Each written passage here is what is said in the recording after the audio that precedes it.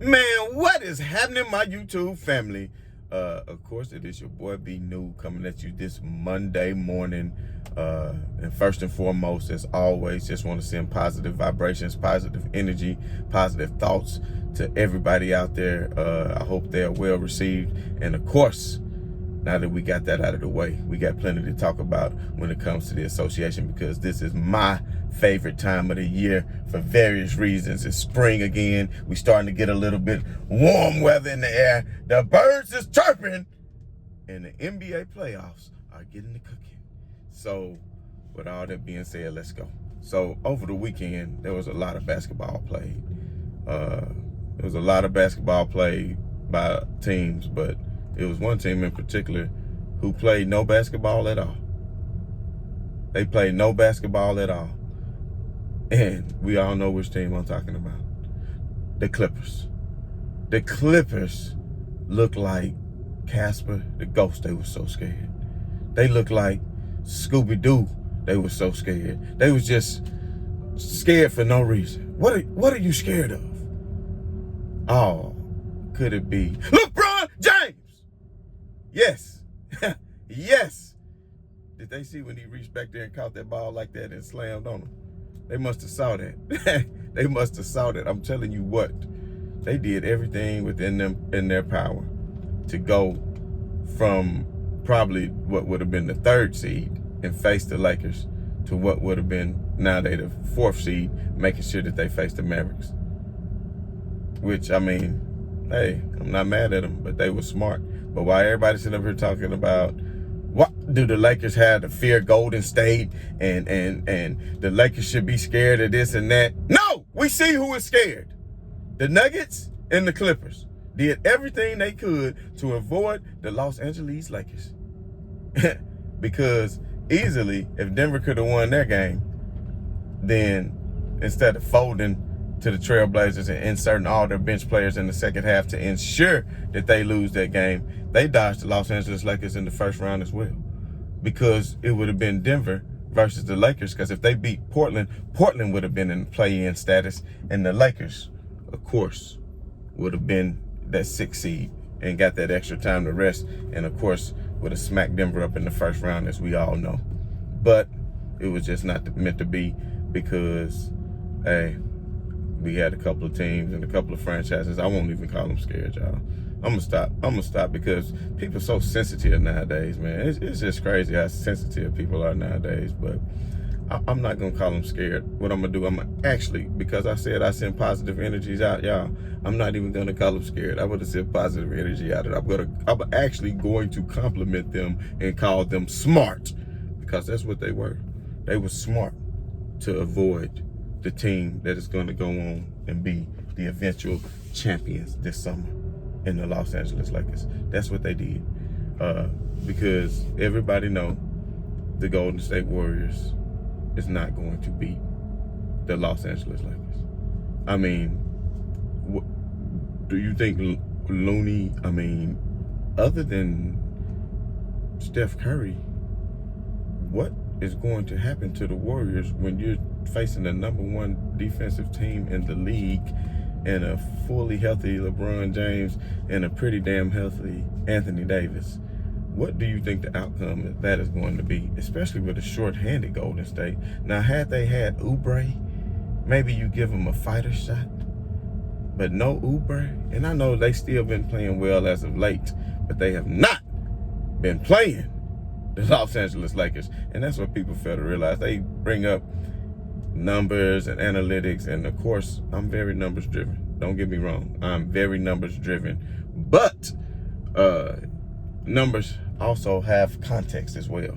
Numbers have to have context as well. So you can't say, well, the Lakers were this and the Lakers were that. Man, if Anthony Davis and LeBron James weren't playing and you had people in and out of the lineup, then you cannot sit up here and not talk about these numbers when you're not including all these different variables that happen throughout the season. So now we get a chance to go to the playoffs where there aren't any of these variables. You have a fully whole Lakers team for the most part that's about to enter into the playoffs. And to be honest, the Clippers probably would be the best matchup for the Lakers, especially if they can get Serge Ibaka back. with the way Zubac has been playing. And now that they've added a Rondo. If Paul George can finally show up. That's if Paul George can finally show up. But, hey, it's a lot to be seen. So we're going to definitely break down a lot of matchups here coming up here real soon. And once we break down these matchups, once we get through the play-in tournament, it'll be a lot to be seen from that standpoint. But a lot of people is not even mentioning the Utah Jazz. And for the people that's not mentioning the Utah Jazz, they still playing good, and Donovan Mitchell hasn't even been playing. Mike Conley has been taking time off. So I think the Utah Jazz is going to take care of any business that's going to happen. But just to look at the West and the play-in games, if you look at the West and the play-in games, you're going to have the Lakers, of course, and this is just my prediction. And so far, most of my predictions have been right over the weekend, except for Memphis taking care of business against Golden State, which I do have a feeling if Golden State was, if Dylan Brooks hadn't fouled out, then it would have been a lot closer game. But Golden State definitely pulled away at the end, but Memphis definitely fought back. But, Steph Curry caught fire, and he did what Steph Curry does. And at the end of the day, this is exactly what the league wanted. This is exactly what most of the fans wanted, including myself, because I hate to see, the Grizzlies take on the Lakers like that. I would much rather see the Grizzlies go into that 8th seed and then play the Utah Jazz, which you just never know what could happen. But I really feel like that Golden State is going to end up with the 8th seed. The Lakers are going to take care of business, slide into that 7th spot, get a couple of days of rest before the actual playoffs start, and then Golden State is going to take on the winner of the Grizzlies in San Antonio. And at this point, Greg Popovich has been coaching very smart. He's been resting Rudy Gay. He's been resting DeMar Rosen. And by him resting these players, he's getting prepared because he knew he was locked into that 10th seed for a while, and the games that they were playing were pretty much rendered meaningless. However, they were still competing, as the Spurs always do when you have such a well-coached organization with Greg Popovich at the helm. So that could be a toss-up game, but I'm still going to pick Memphis to win that game. And then you're going to have a rematch between Memphis and Golden State this coming probably Friday is what I think the schedule is once the Lakers take care of business Wednesday night. But I'm telling you what, it's some very interesting things going on the eastern side of the bracket too when it comes into the play-in tournament. And that's why I'm in favor of the play-in tournament, because it keeps teams from tanking. It has fans a reason to be excited that their team can get into the playoffs when maybe they wouldn't even have close to a shot to get in. Look at the way the Washington Wizards fought to get back in, and now the Wizards actually have a chance to end up being to take on that 7th or the 8th spot as far as if they can beat the Celtics. And I'm telling you right now, with the unfortunate injury to Jaylen Brown, I would actually choose the Washington Wizards as my pick to take care of the Boston Celtics on Tuesday night. And once they do, that is what's going to make for a very, very interesting first round matchup between the number 2 Nets and what would be the number 7 Washington Wizards. That is going to make for because you got to see Westbrook against Durant. I wouldn't really give the Wizards a chance of winning that series, especially since the Nets are now fully whole. Now that the Nets are fully whole with Harden back, so they're going to be a pretty tough team to beat. If the Wizards was a little bit deeper, man, you just never know. But they just don't really have a bench to be able to keep up with the Nets. They would be lucky to probably steal a game, and if they stole a game, that'd be a testament to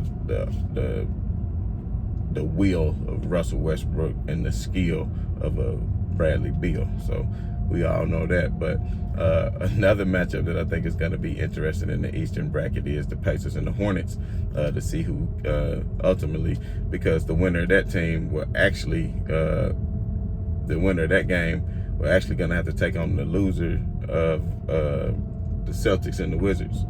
So once the Celtics lose, then you're probably looking at Charlotte against the Celtics.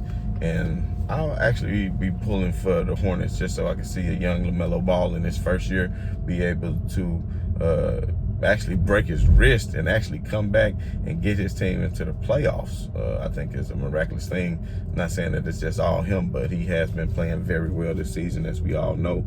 And then that would give you a first-round matchup of the 76ers against the Hornets, which I wouldn't give them much chance. So, of course, the more interesting first-round matchups, as we all know, is going to be the Knicks versus Atlanta in the Eastern Conference, because they match up pretty well against each other. The Knicks had the fourth best defense in the league as far as PER, field goal percentage, and opponents' points per game combination. So, Trae Young can get pretty hot, but honestly, I think defense is what wins championships. And if the Knicks can really lock down defensively without letting the Hawks go on big scoring runs to where they get large leads, because the Knicks are not a come-from-behind team. But depending on how well Derrick Rose can play, how many minutes he gets, I still think the Knicks can come away with the victory, especially considering Tom Thibodeau and his experience coaching. So that'll be a very interesting series to watch. I'm telling you right now, though, I'm still going to pick the Knicks at this point. But, it would be nice to see them play a couple of games just to kind of see them fill each other out and kind of go from there. But if I had to pick right now, I would take the New York Knicks. And then there was something very interesting to see as well, was the Bucks in Miami played on Saturday night, and the Bucks could have rested their players and actually allowed Miami to win, and Miami actually would have got that fourth seed over the Knicks, and then the Bucks could have avoided Miami, because we all know what Miami did to the Bucks last year. But the Bucks said, hey, I like that Bucks attitude. They didn't do like what the Clippers did. The Bucks said, what's happening? We're gonna beat you tonight. And they did, spanked them. And then we're gonna turn around and beat you. We're not only gonna beat you tonight, we're gonna turn around and beat you in the playoffs, because that's going to be our matchup, and we're gonna have some payback for what you did to us last year.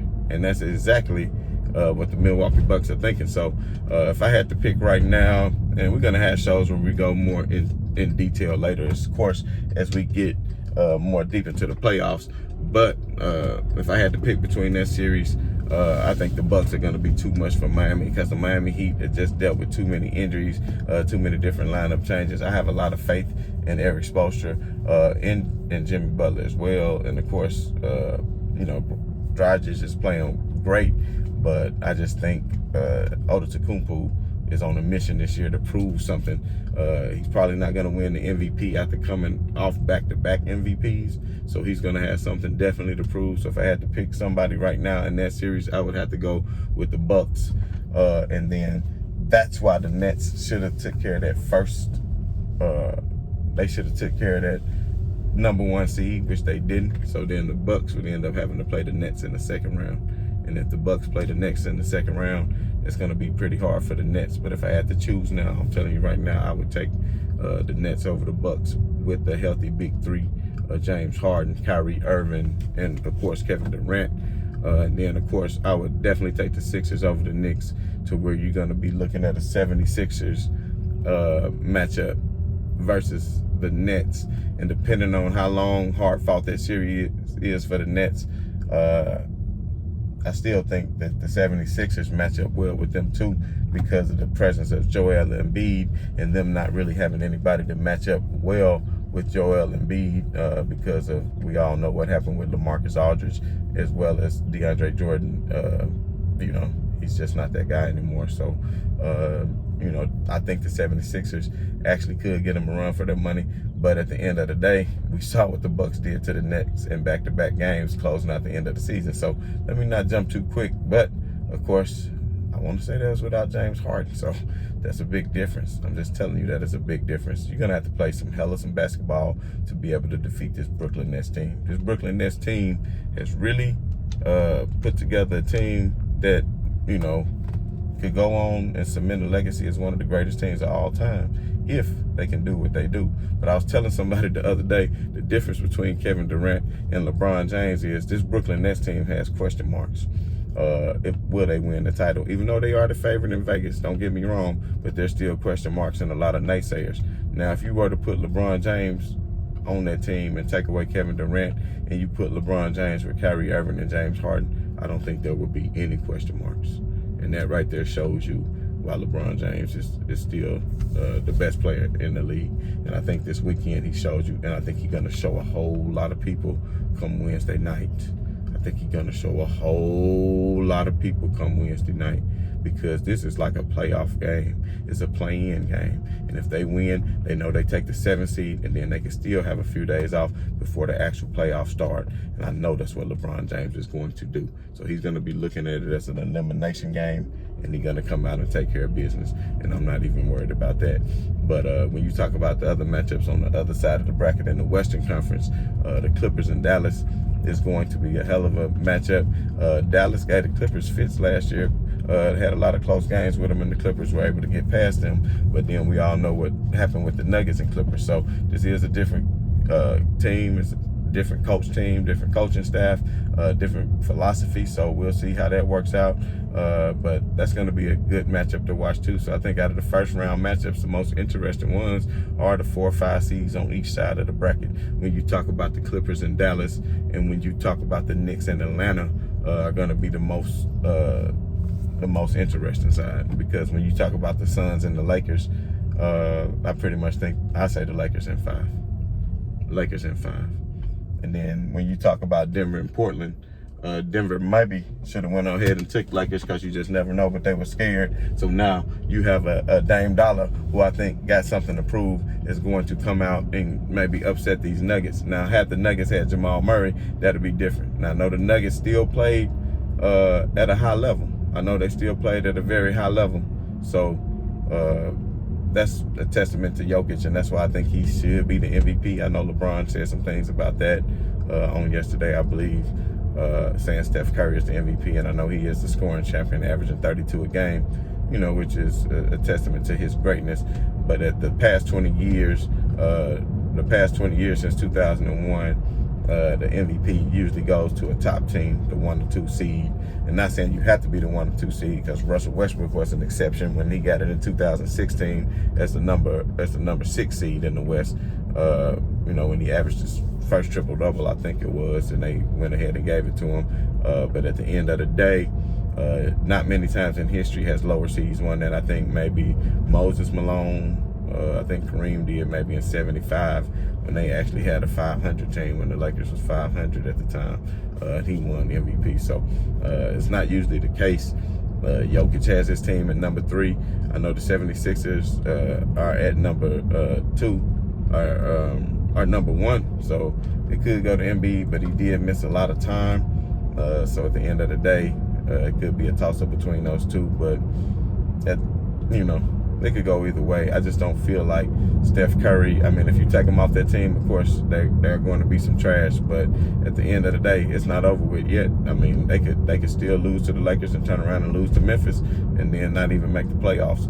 So let's not just start tooting his horn just yet. You understand what I'm saying? So it's going to be very interesting. Like I said, I'm ready for these matchups. I know everybody else is too. So we'll talk more about it tomorrow as we tune in to the action. I know everybody's going to be excited because all the Eastern Conference play-in starts tomorrow, where you'll be able to see the Celtics and the Wizards, and I believe the Pacers and the Hornets. So as always, this has been your boy B New. As always, I'm screaming right on to the real, and much love to any haters. I'm out.